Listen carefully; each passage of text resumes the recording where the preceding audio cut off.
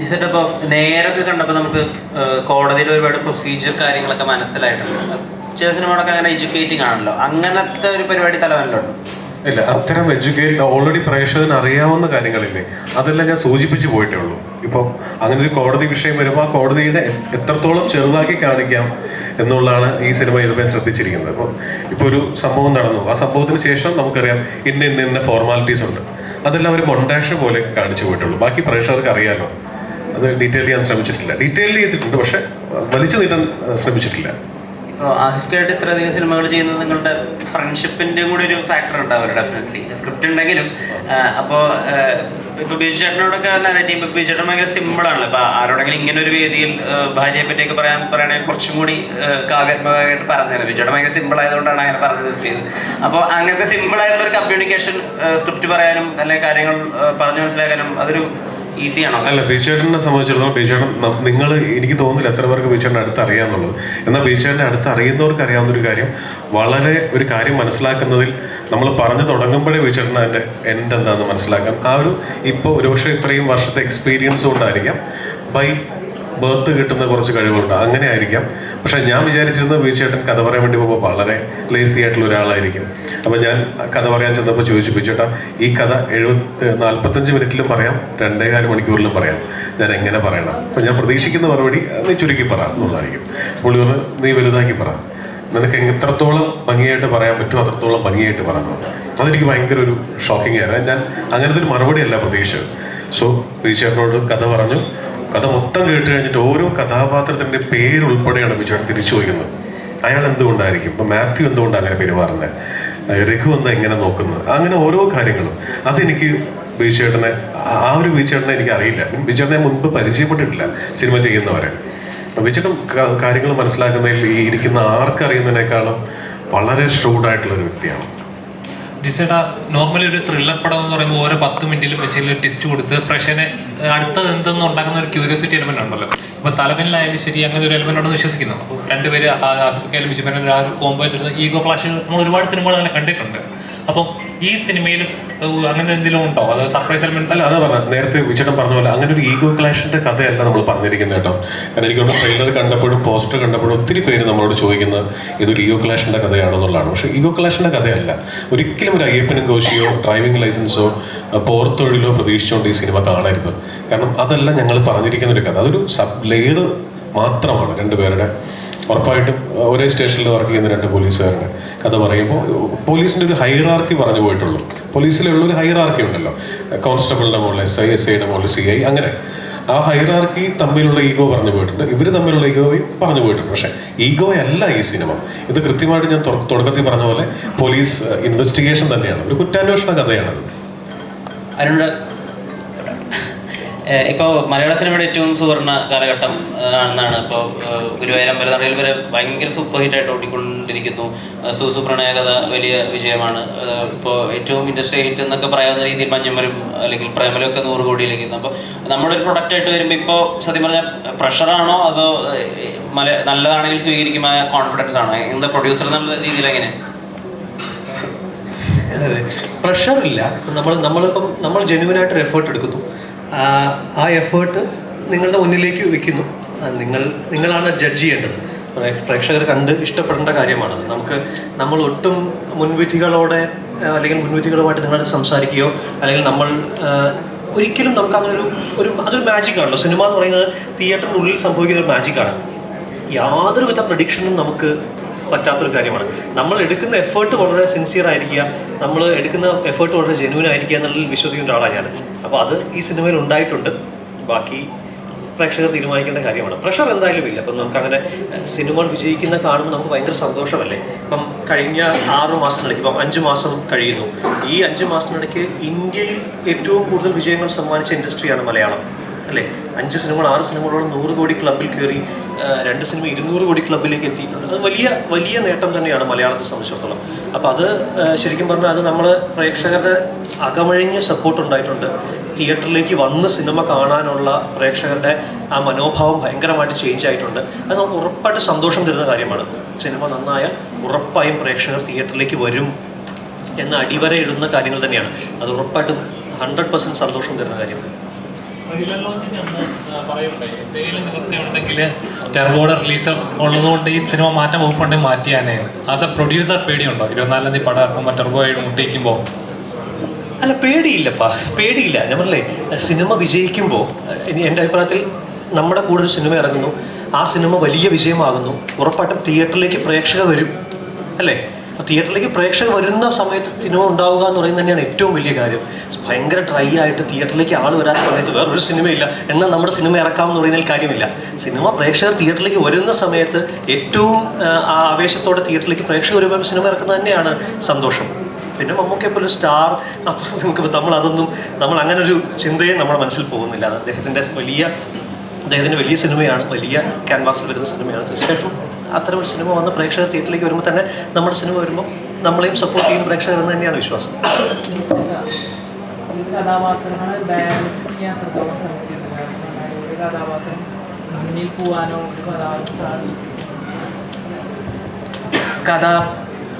കഥാപാത്രങ്ങളെ ബാലൻസ് ചെയ്യാൻ എത്രത്തോളം ശ്രമിച്ചിട്ടുണ്ട്? ഇപ്പൊ ആസിഫിക്കയുടെ കഥാപാത്രം മുകളിൽ പോകാനോ പാടില്ല, അല്ലെങ്കിൽ ബിജു ചേട്ടൻ്റെ കഥാപാത്രം താഴെ പോകാനോ പാടില്ല. എപ്പോഴും രണ്ട് ഹീറോസിനെ വെച്ച് സിനിമ ചെയ്യുമ്പോൾ, ഒന്നിലധികം ഹീറോസിനെ വെച്ച് ചെയ്യുമ്പോൾ എപ്പോഴും ശ്രദ്ധിക്കുന്ന, അത് എഴുത്തിൽ ശ്രദ്ധിക്കേണ്ട ഒരു കാര്യമാണെന്ന് എനിക്ക് തോന്നുന്നു. എഴുത്തിലും അതിനൊപ്പം തന്നെ മേക്കിങ്ങിലും.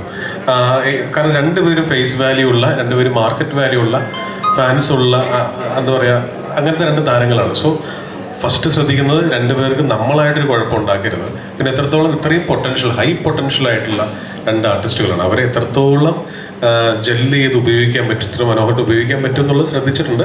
അത് എനിക്ക് തോന്നുന്നു സിനിമ ഇവർ രണ്ടുപേരും കണ്ടതാണ്.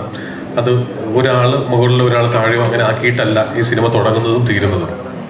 എന്തുകൊണ്ട് തലൈവെന്ന് വരും? തലൈവനല്ല, തലവൻ ഈ പറയുന്ന ഈ സിനിമയിൽ എവിടെയും നമ്മൾ ആരാണ് തലവനെന്ന് ഇതുവരെ ഞങ്ങൾ പറഞ്ഞിട്ടില്ല. അത് സിനിമ കണ്ടിട്ട് തീരുമാനിക്കേണ്ട ഒരു കാര്യമാണ്. തീർച്ചയായിട്ടും ഞാൻ ഇതിൻ്റെ റൈറ്റർ എന്ന് വെച്ചാൽ സംഭാഷണം എഴുതിയിട്ടുള്ള ആളാണ്. കഥയും തിരക്കഥയും വേറെ രണ്ടുപേരെ എഴുതിയിരിക്കുന്നത്. ഞാൻ ഇതിനെ സംവിധായകൻ എന്നുള്ള രീതിയിൽ പറയാം. ഇത് ഞാൻ മനസ്സിലാക്കുന്ന തലവൻ സിസ്റ്റം തന്നെയാണ്. പോലീസിലെ വളരെ വാരീഡ് ആയിട്ടുള്ള സിസ്റ്റം തന്നെയാണ് ഇവിടെ തലവൻ എന്ന് പറയുന്നത്. ജിസേട്ടാ, ഇപ്പം റിവ്യൂ ബോംബിങ് ഓഡിയൻസിനെ തിയേറ്ററിലേക്ക് എത്തിക്കുന്നില്ല എന്നുള്ളൊരു തോന്നലുണ്ട്. അതോ പ്രേക്ഷകരോട് എന്താണത് പറയാനുള്ളത്? ഒരിക്കലും അങ്ങനെ ഒരു തോന്നലില്ല, ഒരിക്കലുമില്ല. അതിനെ നമുക്ക് ഒരിക്കലും ആ ഒരു വിഷയത്തെ എതിർത്ത് ജയിക്കാൻ പറ്റില്ല. അത് എതിർക്കുന്ന ശുദ്ധ മണ്ടത്തരവുമാണ്. കാരണം കാശ് കൊടുത്ത് സിനിമ കണ്ട ഒരാൾക്ക് അവനവൻ്റെ അഭിപ്രായം എവിടെ നിന്നും പറയാം. വീട്ടിൽ നിന്ന് പറയാം, ക്യാമറ നോക്കി പറയാം, കലിങ്ങിൻ്റെ മുകളിൽ നിന്ന് പറയാം, ബസ്സിലിരുന്നും ട്രെയിനിലിരുന്നും പറയാം. അതിനൊരിക്കലും നമുക്ക് എതിർത്ത് ജയിക്കാൻ പറ്റില്ല. അതിനെ വെൽക്കം ചെയ്യാൻ മാത്രമേ പറ്റത്തുള്ളൂ. നമുക്ക് ഒന്ന് ആലോചിച്ച് നോക്കി. ഇപ്പോൾ അരുൺ പറഞ്ഞതിൻ്റെ തുടർച്ചയാണ് ഞാൻ പറയുന്നത്. കഴിഞ്ഞ ഈ 5 മാസത്തിനുള്ളിൽ എത്ര വലിയ 100 crore 50 crore അവിടെ നിൽക്കട്ടെ, എത്ര മനോഹരമായ സിനിമകളാണ് നമ്മുടെ ഇൻഡസ്ട്രി സമ്മാനിച്ചത്. മറ്റു ദേശത്തുള്ള ഇപ്പോൾ ബീച്ചേട്ടൻ പറയുകയാണ്, ബീച്ചേട്ടൻ മുരുകദോസിൻ്റെ സിനിമയാണ് ഇപ്പോൾ ചെയ്തുകൊണ്ടിരിക്കുന്നത്. മറ്റ് ഇൻഡസ്ട്രിയിലുള്ള ആൾക്കാർ നമ്മുടെ ഇൻഡസ്ട്രിയിലെ ആൾക്കാർ അങ്ങോട്ട് കൊണ്ടുപോകുന്നു. അവർ മലയാള സിനിമയെ വളരെ പോസിറ്റീവായിട്ട് ഉറ്റുനോക്കുന്നു എന്ന് പറയുന്നത് തന്നെ ഈ കാലത്ത് സിനിമ ചെയ്യാനുള്ള ഏറ്റവും വലിയ ധൈര്യമാണ്. എന്ത് കണ്ടന്റും ഇപ്പോൾ സിനിമയാക്കാൻ പറ്റുമല്ലോ. അത് വെൽക്കമിങ് ആണ് കേട്ടോ. ഒരു രീതിയിലും അത് വോൾ ഹാർട്ടഡ്ലി പറയുന്നതാണ്. നമുക്ക് ഒരിക്കലും അവരെ കുറ്റം പറയാനോ എതിർക്കാനുള്ള അവകാശമില്ലെന്ന് അങ്ങനെ വിശ്വസിക്കുന്ന ഒരാളാണ്. ചേട്ടൻ സിനിമകളിലെ ഡയലോഗുകൾ ഉണ്ടല്ലോ, എതിരെ നിൽക്കുന്നവൻ്റെ ഉള്ളിൽ മനുഷ്യന് വിരലുകൾ തന്നിട്ടുള്ളത് ചേർക്കാനാണ്. അപ്പോൾ ഈ പടത്തിലെ ഡയലോഗ് എഴുതുമ്പോൾ അങ്ങനെയുള്ള നന്മ നിറഞ്ഞ ഡയലോഗുകൾ എഴുതാൻ പറ്റാത്തതിലൊരു സങ്കടം ഉണ്ടായിരുന്നു? ഇല്ല, നന്മ നിറഞ്ഞ ഡയലോഗുകൾ എഴുതണമെങ്കിൽ വേറെ ഒരുപാട് മാർഗങ്ങളുണ്ടല്ലോ. നമുക്ക് ഈ പറയുന്ന മറ്റ് പ്രസിദ്ധീകരണങ്ങൾ വേണമെങ്കിൽ എഴുതാം. അങ്ങനെയൊന്നുമില്ല. എനിക്ക് ഒരു സിനിമ, ആ സിനിമയ്ക്ക് ഇപ്പോൾ ഫോർ എക്സാമ്പിൾ ഇപ്പം ഞാൻ പാട്ടുകൾ എഴുതുന്നുണ്ട്. ഇപ്പം സൺഡേ ഹോളിഡേയിൽ മഴപാടും കുളിരായി എന്നുള്ള പാട്ട് എഴുതിയത് ഞാനാണ്. ഒരു നോക്ക് കാണുവാൻ കാത്തിരുന്നവൾ മിഴി അകന്നു പോയോ എന്ന് എഴുതിയതും അതേ സിനിമയിൽ തന്നെ കണ്ടോ നിന്റെ കണ്ണിൽ പ്രചണ്ഡനം എന്ന് എഴുതിയതും ഞാൻ തന്നെയാണ്. അപ്പോൾ ഒരു സിനിമയ്ക്ക് മാച്ച് ചെയ്യുന്ന രീതിയിലുള്ള സംഭാഷണങ്ങൾ എഴുതുക എന്നുള്ളതാണ് ഉദ്ദേശിക്കുന്നത്. അല്ലാണ്ട് അങ്ങനെ ഒരു ഫോഴ്സ്ഫുള്ളി ചെയ്താൽ എന്തും പറയില്ല, ഏച്ച് കെട്ടിയാൽ മുഴച്ചു നിൽക്കും എന്ന് പറയുന്ന പോലെ അതെപ്പോഴും ശ്രദ്ധിക്കാറുണ്ട്. പ്രത്യേകിച്ച് സിനിമ ഇപ്പോൾ വളരെ റിയലിസ്റ്റിക്, താങ്കൾ ചോദിച്ച പോലെ അത്രയും റിയലിസ്റ്റിക് ആയിട്ട് സംസാരിക്കുന്ന സമയമാണ് സിനിമ. അപ്പോൾ അത്രയും സിമ്പിളായിട്ട് എഴുതാനാണ് ശ്രമിച്ചിരിക്കുന്നത്. ഈ ഹോട്ടലിലൊക്കെ മുമ്പ് കോസ്റ്റ് പ്ലസ് GST എന്നൊക്കെ പറയുന്ന പോലെ ജസ്റ്റ് ജോയിൻ എടുത്താൽ ലിറിസിസ്റ്റിൻ്റെ അതും നടക്കുമോ? അതല്ല, അത് ഒരുപക്ഷെ പാട്ടെഴുത്ത് ഞാൻ സിനിമാ സംവിധായകനാകണം എന്ന് ആഗ്രഹിക്കുന്നതിനേക്കാൾ മുൻപ് ആഗ്രഹിച്ചിരുന്നതാണ് പാട്ടെഴുത്തുകാരനാകണം എന്നുള്ളത്. അപ്പോൾ ഓഫ് കോഴ്സ് മറ്റൊരാളെ പറഞ്ഞ് എൻ്റെ സിനിമയുടെ മൂഡ് ഇതാണ്, ഇങ്ങനെ എഴുതണം എന്നൊക്കെ പറയുന്നതിനേക്കാൾ നല്ലത് എനിക്ക് തന്നെ എഴുതാൻ അല്ലേ അത് ഇഷ്ടമുള്ള ഒരാളായതുകൊണ്ട് ചെയ്യുന്നതാണ്.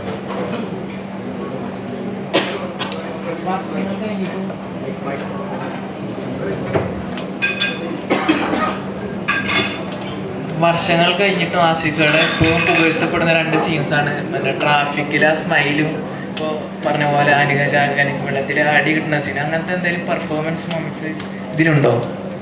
ഉണ്ട്, തീർച്ചയായിട്ടും. ആ ഈ പറയുന്ന കാർത്തിക് എന്ന് പറയുന്ന കഥാപാത്രം ഡിമാൻഡ് ചെയ്യുന്ന ഒരു തരത്തിലുള്ള പെർഫോമൻസസ് ഉണ്ട്. ഈ പറയുന്ന എന്താ പറയുക, ഒരു ഡയറക്ടറുടെ കൈ കിട്ടുമ്പോൾ പൊട്ടൻഷ്യലുള്ള 2 ആർട്ടിസ്റ്റുകൾ, ഏത് ആർട്ടിസ്റ്റിനെ കൈ കിട്ടിയാലും നമുക്കത് ഉപയോഗപ്പെടുത്താൻ പറ്റിയില്ലെങ്കിൽ അത് മറ്റാർക്കും അതിൻ്റെ ഉത്തരവാദിത്തം ഷെയർ ചെയ്യാനും ഞാൻ ആഗ്രഹിക്കുന്നില്ല. ഉപയോഗിക്കാൻ പറ്റിയിട്ടില്ലെങ്കിൽ അത് എൻ്റെ മാത്രം മിസ്റ്റേക്കാണ്. ഉപയോഗിച്ചിട്ടുണ്ടെങ്കിലും അതെൻ്റെ മാത്രം പ്ലസ്സാണ്. അത് എല്ലാ ഡയറക്ടേഴ്സിനും എല്ലാ റൈറ്റേഴ്സിനും അങ്ങനെ തന്നെയാണ്. പ്രത്യേകിച്ച് ഇവർ ചെയ്തിരിക്കുന്ന കഥാപാത്രങ്ങളെ കുറിച്ച് നമ്മൾ പറയുന്നത് നേരത്തെ പറഞ്ഞ പോലെ ആർക്കറിയാമോ ചെയ്തത് ബിജുവേട്ടനാണ്. അതേ ബിജുവേട്ടൻ തന്നെയാണ് ഓർഡിനറിയും വെള്ളിമുഖയും ചെയ്തത്. അപ്പുറത്ത് ശ്രീവാച്ചൻ കെട്ടിയുള്ളാണ് മാലാക ഷോൾഡർ ചെയ്യാൻ ഭയങ്കര ബുദ്ധിമുട്ടുള്ള കഥാപാത്രമാണ്, ഉയരയിലെ കഥാപാത്രം. അപ്പോൾ അത്രയും ഹൈ പൊട്ടൻഷ്യൽ ആയിട്ടുള്ള ആർട്ടിസ്റ്റുകളെ കിട്ടുമ്പോൾ ഏറ്റവും മനോഹരമായിട്ട് ഉപയോഗിക്കാൻ ശ്രമിച്ചിട്ടുണ്ട്. ബാക്കി നിങ്ങൾ കണ്ടിട്ട് പറയൂ. ഇപ്പോൾ നീംബോളിക്ക് വിനീത് ശ്രീനിവാസൻ എന്ന പോലെ ആസിഫിക്ക് എന്താണ് ജിസ്റ്റോയ് ആണല്ലോ, ഒരു ഏത് സമയത്ത് ഒരു താങ്ങായിട്ട് വരും. അങ്ങനെ തോന്നുന്നുണ്ടോ? ഒരു കോംപ്ലിമെന്റ് അല്ലേ അത്? കോംപ്ലിമെന്റ് ആണ്, കോംപ്ലിമെന്റ് ആണ്. കറക്റ്റ് സമയത്താണല്ലോ വരുന്നത്. കറക്റ്റ് സമയത്ത് അങ്ങനെ പറഞ്ഞത് സിനിമ നന്നാവട്ടെ എന്നല്ലേ?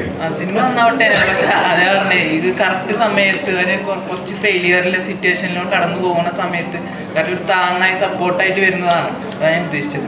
അങ്ങനെ തന്നെയല്ലേ? അതായത് അങ്ങനെയല്ല. ഞാൻ എപ്പോഴും ആസിഫിനെ എനിക്ക് താങ്ങായിട്ടാണ് എനിക്ക് തോന്നിയിട്ടുള്ളത്. കാരണം ബൈസൈക്കിൾ ദിവസം മുതൽ എത്രയോ ആർട്ടിസ്റ്റിനോട് കഥ പറഞ്ഞിട്ട് അവർക്ക് ആർക്കും മനസ്സിലാവാത്ത സിനിമയാണ് ആസിഫ് എനിക്ക് കൈ തന്നത്. അപ്പം അന്ന് മുതൽ എനിക്ക് നിങ്ങൾ പറയുന്നത് ഡിപ്ലോമസി കൊണ്ട് പറയുന്നതല്ല, തിരിച്ചാണ് തോന്നുന്നത്. 1.5 വർഷം കൂടുമ്പോഴെങ്കിലും ഒരു സിനിമ ചെയ്യാൻ ഇദ്ദേഹം ഉള്ളതുകൊണ്ട് പറ്റുന്നുണ്ട്. ബിജുചേട്ടാ, ഇവരുടെ കോംബോ, ബിജുചേട്ടൻ്റെയും ആസിഫിക്കയുടെയും കോംബോ എന്ന് പറയുന്ന ഹിറ്റ് കോംബോയാണ്. അപ്പം അങ്ങനെ തിരഞ്ഞെടുത്താണോ അവരെ, അതോ ക്യാരക്ടർ ഡിമാൻഡ് ചെയ്യുന്ന രീതി തിരഞ്ഞെടുത്താണോ? ക്യാരക്ടർ ഡിമാൻഡ് ചെയ്യുന്നത് ഫസ്റ്റ്. പിന്നെ എനിക്ക് ഭയങ്കര ഇഷ്ടമുള്ള, ഇപ്പം ഞാൻ പറയട്ടെ, ഇപ്പം ലാൽ സാറിനെ എനിക്ക് ഭയങ്കര ഇഷ്ടമാണ്. ഞാൻ ഒരുപാട് പരസ്യങ്ങൾ അദ്ദേഹത്തെ വെച്ച് സംവിധാനം ചെയ്യാനായിട്ട് 50-55 പരസ്യങ്ങൾ സംവിധാനം ചെയ്യാനുള്ള ഭാഗ്യം ഉണ്ടായിട്ടുണ്ട്. പക്ഷെ സിനിമ ചെയ്യാൻ പറ്റിയിട്ടില്ല. അതുപോലെ ആഗ്രഹമുള്ള ഒരാളാണ് ബിജുവേട്ടൻ. ഞാനിപ്പോഴും ഓർക്കുന്നുണ്ട്, ഞാൻ ഓർഡിനറി എന്ന് പറയുന്ന സിനിമയിൽ ജിഷ്ണുവിന് വേണ്ടിയിട്ട് ഞാൻ ശബ്ദം കൊടുത്തത്. അപ്പോൾ അത് ഡബ് ചെയ്തുകൊണ്ടിരിക്കുമ്പോഴാണ് ആദ്യമായിട്ട് പാലക്കാട് ഭാഷ ഒരാൾ മനോഹരമായിട്ട് കൈകാര്യം ചെയ്യുന്നത്. കാരണം ഞാനൊരു ഡബ്ബിംഗ് ആർട്ടിസ്റ്റായിട്ട് തുടങ്ങിയാണ് 2000-ൽ. അപ്പോൾ എനിക്കറിയാം ഒരു ഡബ്ബിങ്ങിൽ ആർട്ടിഫിഷ്യൽ അല്ലാതെ ഒരു ആക്സെൻറ്റ് പിടിക്കൽ എന്ത് ബുദ്ധിമുട്ടുള്ള കാര്യമാണ്. അങ്ങനെ ആക്സെൻറ്റ് പിടിക്കുന്നതിൽ ഞാൻ കണ്ടിരിക്കുന്ന ഏറ്റവും വലിയ കില്ലാടി എന്ന് പറയുന്നത് മമ്മൂക്കയാണ്. അതിപ്പോൾ പറയേണ്ട ആവശ്യമില്ല. രാജമാണിക്യമാണെങ്കിലും പ്രാഞ്ചിയേട്ടനായിക്കോട്ടെ, നിങ്ങൾ ശ്രദ്ധിച്ചിട്ടുണ്ടാകാം രാപ്പകൽ എന്ന് പറയുന്ന സിനിമയിൽ അദ്ദേഹം പാലക്കാട് പിടിച്ചിരിക്കുന്നത്, ലൗഡ് സ്പീക്കർ വേഷം എന്ന് പറഞ്ഞ സിനിമയിൽ കോഴിക്കോട് പിടിച്ചിരിക്കുന്നത്. അത്രയും സട്ടിലായിട്ട് ഭാഷ പഠിക്കുന്ന ഒരാൾ നമ്മൾ എപ്പോഴും ഞെട്ടിയിരിക്കുന്ന മമ്മൂക്കയെ കണ്ടിട്ടാണ്. അതുപോലെ ഒരു ഞെട്ടലായിരുന്നു എനിക്ക് ഓർഡിനറി ആണ്. കാരണം പാലക്കാട് ഭാഷ അത്രയും മനോഹരമായിട്ടാണ്. അപ്പോൾ അതിൻ്റെ ഞാൻ ഡബ് ചെയ്തതിൻ്റെ നെക്സ്റ്റ് ഡേ എനിക്ക് സംയുക്ത ചേച്ചിയെ വെച്ചിട്ട് ഒരു പരസ്യം ഉണ്ടായിരുന്നു. അപ്പോൾ ഞാൻ ചേച്ചിയോടാണ് ഞാൻ ആദ്യമായിട്ട് പറഞ്ഞത്, ചേച്ചി ബിജുവേട്ടൻ എനിക്ക് യാതൊരു പരിചയമില്ല, ചേച്ചി വീട്ടിൽ ചെല്ലുമ്പോൾ പറയണം ഞാൻ പടം കണ്ടു, അസലായിരിക്കുന്നു, ചേട്ടൻ മനോഹരമായിട്ട് ഡബ് ചെയ്തിട്ടുണ്ട്, അത് അസലായിട്ടുണ്ടെന്ന് പറയുന്നത്. അതുപോലെ തന്നെ ഇപ്പൊ ഡബിങ്ങിന്റെ കാര്യം പറഞ്ഞോണ്ട് ചോദിക്കാണ്, പുഷ്പയുടെ ഡബിങ് വല്ലതും ആയോ? പുഷ്പ എനിക്ക് ജൂലൈയിലാണ് അവർ നമ്മളെ ബ്ലോക്ക് ചെയ്തിരിക്കുന്നത്, ഒരാഴ്ച ബ്ലോക്ക് ചെയ്തിട്ടുണ്ട് പുഷ്പ 2 ഡബിങ്ങിന് വേണ്ടിയിട്ട്. അത്രയും ഇപ്പം അറിയുള്ളൂ. ആസിഫ് ഖാൻ, ഈ യങ് ആയിട്ടുള്ള ക്യാരക്ടേഴ്സ് ചെയ്യാൻ പറ്റുന്ന നമുക്കൊരു ടൈം സ്പാൻ ഉണ്ടല്ലോ. അപ്പോൾ അത് ഇപ്പോൾ മറ്റു നടന്മാരൊക്കെ നോക്കുമ്പോൾ ആസിഫിക്ക് അത് കുറച്ചും കൂടി കൂടുതലാന്ന് തോന്നിയിട്ടുണ്ട്. ഇപ്പോൾ സോട്ട പേപ്പർ തൊട്ടിട്ട് ഇപ്പോൾ തലവൻ വരെയും യങ് ആണല്ലോ. അത് ഒരു ചോയ്സ് ആണോ? അത് എപ്പോഴും അങ്ങനെ ശരീരം കൊണ്ടിരിക്കുക, അതൊരു കോൺഷ്യസ് എഫേർട്ടായിട്ട് എടുത്തിട്ടുണ്ടോ എപ്പോഴും? ഇല്ല, എൻ്റെ അടുത്തേക്ക് വരുന്ന ക്യാരക്ടേഴ്സും അങ്ങനെയുള്ളതായതുകൊണ്ടാണ്. ഞാനായിട്ടൊരു കോൺഷ്യസ് എഫേർട്ട് അതിനു വേണ്ടി ഇട്ടിട്ടില്ല. എന്നാലും ഈ പറഞ്ഞ പോലെ യങ്ങായിട്ടിരിക്കുമ്പോൾ മാക്സിമം യങ്സ്റ്റർ കഥാപാത്രങ്ങൾ ചെയ്യണം എന്നുള്ളൊരു ആഗ്രഹമുണ്ട്. വർഷങ്ങൾക്ക് ശേഷം എന്ന് പറയുന്ന സിനിമയിൽ ഒരു ഗസ്റ്റ് റോള് ചെയ്തിരുന്നു. അതിൻ്റെ അകത്താണ് അങ്ങനെ കുറച്ച് ഏജ്ഡ് ആയിട്ടുള്ളൊരു ലുക്കിൽ ഞാൻ ട്രൈ ചെയ്തു. അപ്പം ഉറപ്പായിട്ടും അങ്ങനെ വന്നാൽ ഇപ്പം ഈ കുറ്റവും ശിക്ഷയും ചെയ്യുന്ന സമയത്തും സാജൻ എന്ന് പറഞ്ഞ ആൾ എനിക്ക് തോന്നുന്നത് എൻ്റെ ആക്ച്വൽ പ്രായത്തിനേക്കാളൊക്കെ കുറെ കൂടെ മെച്ചുവേർഡ് ആയിട്ടുള്ള ഒരു ക്യാരക്ടറായിരുന്നു. അപ്പം ഞാൻ ബോധപൂർവം അങ്ങനെ ചൂസ് ചെയ്യാറില്ല, പക്ഷെ എൻ്റെ അടുത്തേക്ക് വരുന്നതിൽ കൂടുതൽ എന്നെ അട്രാക്ട് ചെയ്യാറുള്ളത് എനിക്ക് തോന്നുന്നത് യങ്സ്റ്റർ ക്യാരക്ടേഴ്സ് തന്നെയാണ്. പിന്നെ ഈ ന്യൂ ജനറേഷൻ ലേബലൊന്ന് പൊളിക്കണം എന്നുള്ളൊരു ആഗ്രഹം ഉള്ളത് കൊണ്ടാണ് ഹണിബി, കിളിപോയി പോലുള്ള സിനിമകൾ പിന്നെ ഒരു ഗ്യാപ്പ് വന്നത്. അപ്പോൾ അതിലേക്ക് തിരിച്ചു പോകാനുള്ള ശ്രമത്തിലാണ്. ഈ നമ്മളെല്ലാവരും വലിയ പ്രതീക്ഷയോടുകൂടി കണ്ടുവരുന്ന സിനിമയാണ് രോഹിത്തിന്റെ സിനിമ. അപ്പോൾ are you ready for Denver എന്ന് പറയുന്ന ടിക്കറ്റൊക്കെയുടെ ആ ഒരു പോസ്റ്റർ ഭയങ്കര വൈറലായിരുന്നു. മലയാളത്തിൽ അങ്ങനെ സിക്സ് പാക്ക് ഒക്കെ പോലുള്ള ഒരു ആൾ അത് കുറച്ച് റെയർ ആയിരുന്നല്ലോ. അപ്പോൾ ഡെൻവർ എപ്പോൾ ഓൺ ആയിരിക്കും, ടിക്കറ്റൊക്കെ എപ്പോൾ ഓൺ ആവും? ഇപ്പൊ എനിക്കൊരു കംപ്ലീറ്റ് റിക്കവറി പറഞ്ഞിരിക്കുന്നത് 9 months ആണ്. ആ ഷൂട്ടിനിടയിൽ എനിക്കൊരു ആക്സിഡന്റ് ആയി. അപ്പം അതിനുശേഷം എനിക്ക് തോന്നുന്നൊരു സെപ്റ്റംബറോട് കൂടി അല്ലെങ്കിൽ ഒരു ഓഗസ്റ്റ് എൻഡോട് കൂടി അത് ജോയിൻ ചെയ്യാനുള്ളൊരു പരുവത്തിലേക്ക് എത്തും. കാര്യം ആ സിനിമ ഒരു ഫുൾ കോൺഫിഡൻസിൽ ചെയ്യേണ്ട ഒരു സിനിമയാണ്. ഞാൻ ഇതുവരെ ചെയ്തതിൽ ഏറ്റവും വലിയ സിനിമയാണ്. ഒരു ത്രൂ ഔട്ട് ആക്ഷൻ വരുന്ന ഒരു പക്ക തിയേറ്റർ എലമെന്റ്സ് ഉള്ളൊരു കൊമേഴ്ഷ്യൽ സിനിമയാണ്. അപ്പോൾ അതൊരു കോംപ്രമൈസ് ഇല്ലാതെ തന്നെ ചെയ്യണം എന്നുണ്ട്. ഇപ്പം ഞാൻ ഫിസിക്കലി ഫിറ്റ് ആവണോ അപ്പോൾ അതിനുള്ളൊരു എഫേർട്ട് ഞാൻ എൻ്റെ ലൈഫിൽ ഏറ്റവും നല്ല ഷേപ്പിലിരിക്കുമ്പോഴാണ് എനിക്ക് ആക്സിഡൻറ്റ് പറ്റിയത്. പിന്നെ അതെല്ലാം ഒലിച്ചു പോയി. ഇപ്പം രണ്ടാമത് ഞാൻ സെറ്റ് ചെയ്തുകൊണ്ടിരിക്കുകയാണ്.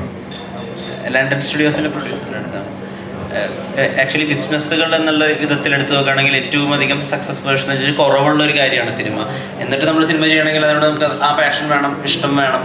അപ്പോൾ ആദ്യ സിനിമയാണല്ലോ ഈ സിനിമ പ്രൊഡ്യൂസ് ചെയ്തേക്കാം. ആ ഒരു ഐഡിയ അത് തലവെന്ന സബ്ജക്റ്റിനോടുള്ള ഇഷ്ടം കൊണ്ടാണ്? അല്ല, ഒരിക്കലും അല്ല. കാരണം ലണ്ടൻ ബേസ് ചെയ്താണ് ഒരു ഒട്ടുമിക്ക മലയാള പടങ്ങളുടെയും ഭാഗമായിട്ട് പ്രവർത്തിക്കാൻ ഇതിനു മുമ്പ് എനിക്ക് സാധിച്ചിട്ടുണ്ട്. അപ്പോൾ അരുണിനെ എനിക്ക് കുറച്ച് നാളായിട്ട് അറിയാം, അതുപോലെ ആസീനെ അറിയാം. അങ്ങനെ ഒരു പ്രൊജക്റ്റ് വന്നപ്പോൾ ഇതിനു മുമ്പ് പല പ്രൊജക്റ്റും ഞങ്ങൾ ട്രൈ ചെയ്തു, പക്ഷെ നടന്നില്ല. ഇതിങ്ങനെ ഒരു പ്രൊജക്റ്റ് ഓണായി വന്നപ്പോൾ പെട്ടെന്ന് സ്റ്റാർട്ട് ചെയ്തു. അതിൽ ബിസിനസ് ഒരു എലമെൻ്റ് ഉണ്ട്, but something to do with a good film. ബിജേട്ടാ കുറച്ചു മുമ്പ് പറഞ്ഞ പോലെ അല്ലെങ്കിൽ പ്രേക്ഷകരെ ഞെട്ടിക്കുന്ന ആർക്കറിയാം സിനിമയിലെ കഥാപാത്രം പോലെ അല്ലെങ്കിൽ റീസെൻ്റായിട്ട് പ്രേക്ഷകർ ഏറ്റവും കൂടി ഞെട്ടിയ ഗരുഡലിലെ ആ കഥാപാത്രമുണ്ട്. അപ്പം സുരേഷ് ചേട്ടനായിട്ട് പോലീസ് സ്റ്റേഷൻ നടക്കുന്ന ചേട്ടൻ സൈക്കോ മോഡിലേക്ക് പോകുന്ന ട്രാൻസ്ഫോർമേഷൻ ഉണ്ട്. പ്രേക്ഷകരെ ഏറ്റവും കൂടി ഞെട്ടിച്ച തലവനിൽ അതേപോലെ പ്രേക്ഷകർ ഞെട്ടിക്കുന്ന ഒരു കഥാപാത്രമാണ്. ഒരു കഥാപാത്രം മാത്രമായിട്ടല്ല തലവൻ, ഒരു നല്ലൊരു ഫയറുള്ളൊരു സ്റ്റോറിയാണ് ആക്ച്വലി. പിന്നെ അതിലത്തെ സീൻസ് എല്ലാം ഇൻവെസ്റ്റിഗേഷനായിട്ട് കണക്റ്റഡ് ആണ്. പിന്നെ ഒരേ സ്റ്റേഷനിൽ 2 പേര് ഇൻവോൾവ് ആണ്. ഒരു കൂടുതൽ പറയാൻ പറ്റില്ല. അപ്പോൾ അതിൻ്റെ ഒരു ഫയർ ഉണ്ട്. ഓരോ സീൻ ടു സീൻ പോകും തോറും. കാരണം ഓൾമോസ്റ്റ് നമ്മൾ ഓർഡറിലാണ് ഇത് ഷൂട്ട് ചെയ്തിട്ടുള്ളത്. അതിൻ്റെ ഒരു ഗ്രാഫും പേസും ഒക്കെ ഫിലിമിലുണ്ട്.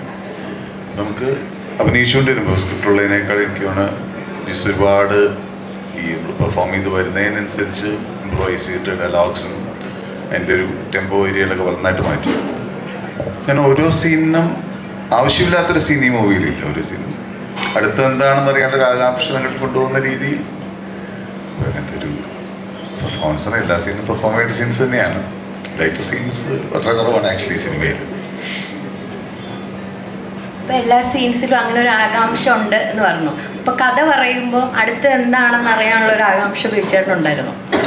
തീർച്ചയായിട്ടും. അതുകൊണ്ടാണ് ഞാനൊരു 2.5 മണിക്കൂർ ഇരുന്ന് ഫുൾ അത് കേട്ടതിൻ്റെ കാര്യം. ഒരു സീൻ ടു സീൻ പോകുമ്പോൾ നമുക്കടുത്ത് കേൾക്കാൻ തോന്നുന്നതെന്നറിയില്ല. കഥ പറയുമ്പോൾ തന്നെ ഉണ്ടായിരുന്നു. ഒരുപടി മോഡലാണ്. മിയോടാണ് ഇപ്പം ഡ്രൈവിംഗ് ലൈസൻസിലെ ക്യാരക്ടർ ഭയങ്കരമായിട്ട് നോട്ടീസബിൾ ആയിരുന്നു. ഇപ്പോഴും എല്ലാവരും പറയുന്ന ഒരു ക്യാരക്ടറാണ്. അപ്പം അതുപോലെ തന്നെ റിമാർക്കബിൾ ആയിരിക്കോ ഈ ഒരു തലവലിലെ ക്യാരക്ടർ? അത് കണ്ടു തന്നെ അറിയേണ്ടിയിരിക്കുന്നു. എന്താ പറയുന്നത്, ചിലപ്പോൾ നമ്മളിങ്ങനെ ചില സിനിമകളൊക്കെ കാണുമ്പോൾ ഒരുപാടൊന്നും കാണത്തില്ല, പക്ഷെ ചില ഡയലോഗുകൾ ഭയങ്കര ക്ലിക്കാവും അല്ലേ? ഇപ്പം തന്നെ നേരത്തെ ഇവിടെ സംസാരിച്ചവർ പറയുന്നുണ്ട്, മോൻ ഹാപ്പിയാണോ എന്ന് ചോദിക്കുന്നുണ്ടായിരുന്നു. ഒറ്റ മോൻ ഹാപ്പിയാണോ, ആ ഒരൊറ്റ ഡയലോഗേ ഉള്ളൂ, പക്ഷെ അതെല്ലാവരും അങ്ങ് ഏറ്റെടുത്തില്ലേ. അപ്പോൾ അതേപോലെ നമ്മൾ നോക്കുകയാണെങ്കിൽ ഒരുപാട് സിനിമകളിലുണ്ട് ചില ചെറിയ കാര്യങ്ങൾ വളരെ ക്ലിക്കായി വരുന്നത്. അതേപോലെ ചില ക്യാരക്ടേഴ്സ് ആദ്യം മുതൽ അവസാനം വരെ ത്രൂ ഔട്ടുള്ള ചില ക്യാരക്ടേഴ്സ് കാണുമായിരിക്കും, പക്ഷെ ആ ക്യാരക്ടേഴ്സിനേക്കാളും കൂടുതൽ ക്ലിക്കാവുന്ന ചിലപ്പോൾ ഒന്ന് വന്നു പോയ ആളായിരിക്കും, അല്ലെങ്കിൽ ഒരു നോട്ടം, അയാളുടെ നോട്ടം കൊള്ളായിരുന്നു, അങ്ങനെയൊക്കെ അല്ലേ. അപ്പോൾ ഇതിലെ എൻ്റെ ക്യാരക്ടറും ഈ പറയുന്ന പോലെ ലെങ്ത് വെച്ചോ അങ്ങനെയൊന്നല്ല ഞാൻ ജഡ്ജ് ചെയ്യാൻ ഉദ്ദേശിക്കുന്നത്. നല്ലൊരു സിനിമയുടെ ഒരു നോട്ടബിൾ പാർട്ടാവുക എന്നുള്ളതായിരുന്നു എൻ്റെ ഒരു ഉദ്ദേശമുള്ളത്. അപ്പോൾ അത് അങ്ങനെ വരും എന്ന് ഞാൻ വിചാരിക്കുന്നു. ഇനി ബാക്കി പ്രേക്ഷകർ കാണുന്ന പോലെ. ഇവിടെ മുരുകദോസിൻ്റെ ശിവകാർത്തികനോടൊപ്പം ഒരു തമിഴ് സിനിമ ചെയ്തുകൊണ്ടിരിക്കുകയാണ്, വലിയ ആക്ഷൻ സീക്വൻസുകളൊക്കെ ഉള്ളത്. അതല്ലേ ഉള്ളൂ എന്നുള്ളത് ഞങ്ങൾ ഹാപ്പി ആയിട്ടിരിക്കുന്നത്. അതെ അതെ അതെ അതെ ചെന്നൈയിൽ നിന്ന് വിഷൻ ഷൂട്ടിനിടയ്ക്ക് നിന്നാണ് വന്നത്. അവിടെ മുരുകദോസ് സാറിൻ്റെ ശിവകാർത്തികേയൻ അഭിനയിക്കുന്ന സിനിമയിൽ വിചേട്ടനാണ് പ്രധാന വേഷം ചെയ്യുന്നത്. അപ്പോൾ അവിടെ നിന്നാണ് അദ്ദേഹം വന്നത്. വലിയ ഫൈറ്റ് സീക്വൻസുകളൊക്കെയാണ് അവിടെ നടക്കുന്നതെന്നൊക്കെയാണ് പറഞ്ഞത്.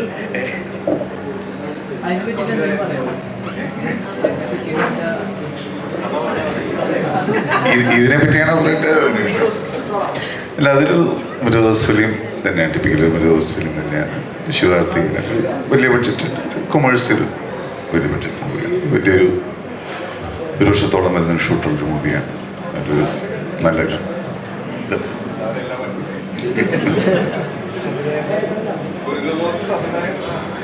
അല്ല സംവിധായകനാണ്. ഇപ്പം നിലവിൽ വളരെ ചർച്ചാ വിഷയമായ ചില കാര്യങ്ങളുണ്ട്. അതായത് ജാതി പറയാൻ പാടില്ല സിനിമയിൽ, അതുപോലെ മറ്റു പല സമൂഹത്തിൽ നിലനിൽക്കുന്നത് ആയ പല കാര്യങ്ങളും സിനിമയിൽ വന്നു കഴിഞ്ഞാൽ അത് ചില ആൾക്കാർക്ക് അത് ഭയങ്കരമായിട്ട് വേദനിപ്പിക്കുന്നു, അല്ലെങ്കിൽ ഒരു പ്രത്യേക അജണ്ട വെച്ച് സംസാരിക്കുന്നു എന്നുള്ള രീതിയിലൊക്കെ വരുന്നുണ്ട്. ഈ ഒരു സംവിധായകൻ എന്നുള്ള രീതിയിൽ അതിനെയൊക്കെ എങ്ങനെയാണ് കാണുന്നത്? ഈ ഒരു സ്റ്റേറ്റ്മെൻറ്റിനോടൊക്കെ എങ്ങനെയാണ് കാണുന്നത്? ഈ സ്റ്റേറ്റ്മെൻറ്റിന് എങ്ങനെ കാണുന്നു? എനിക്ക് സിനിമ ആരെയും മുറിവേൽപ്പിക്കാനുള്ള ഒരു ഉപകരണം അല്ലെന്നുള്ളൊരു വിശ്വാസമുണ്ട്. അത് ഉറപ്പായിട്ട് എത്ര കാലം സിനിമ ചെയ്തു, അല്ലെങ്കിൽ ഈ മാധ്യമങ്ങളിൽ എത്ര കാലം ഉണ്ടോ അത്രയും കാലം അടിയുറച്ച് വിശ്വസിക്കുന്ന ഒരു കാര്യമാണ്.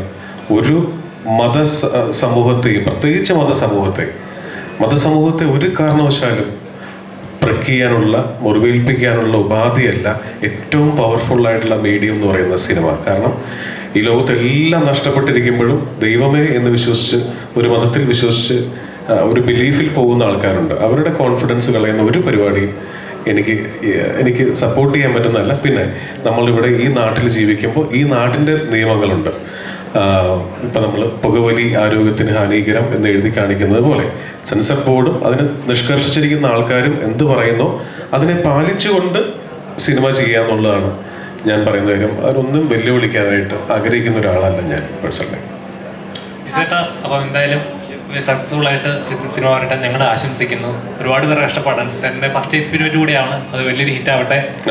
24-ാം തീയതി കാണാൻ വരുന്ന പ്രേക്ഷകരോട് എന്താണ് പറയാനുള്ളത്? 24-ാം തീയതി കാണാൻ വരുന്ന പ്രേക്ഷകരോട് നമ്മൾ എല്ലാ സിനിമയും, ഞങ്ങളുടെ സിനിമ മാത്രമല്ല എല്ലാ സിനിമയും വളരെ ഹാർഡ് വർക്ക് ചെയ്ത് ഉണ്ടാക്കുന്ന സിനിമകളാണ്. അപ്പോൾ കോവിഡൊക്കെ വന്നിരിക്കുന്ന സമയത്ത് നമ്മൾ അത്ഭുതപ്പെട്ടിട്ടുണ്ട്, നമ്മൾ ആശങ്കപ്പെട്ടിട്ടുണ്ട്.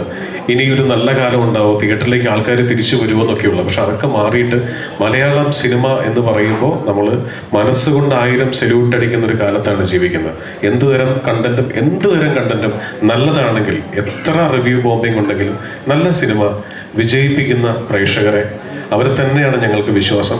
അതുകൊണ്ട് തന്നെ ഞങ്ങൾ ഒരു രീതിയിലുള്ള വീരവാദമോ ക്ലെയിമോ ഈ സമയത്ത് ഞങ്ങൾ ചെയ്യുന്നില്ല. 24-ാം തീയതി നിങ്ങൾ കണ്ടിട്ട് തീരുമാനിക്കും തലവൻ എങ്ങനെയുണ്ടെന്നുള്ളത്. നിങ്ങൾ എൻ്റർടൈൻ ചെയ്യിക്കാനുള്ള രീതിയിൽ പക്കാ കൊമേഴ്ഷ്യൽ സിനിമയായിട്ടാണ് ഇത് ഷൂട്ട് ചെയ്തിരിക്കുന്നത്.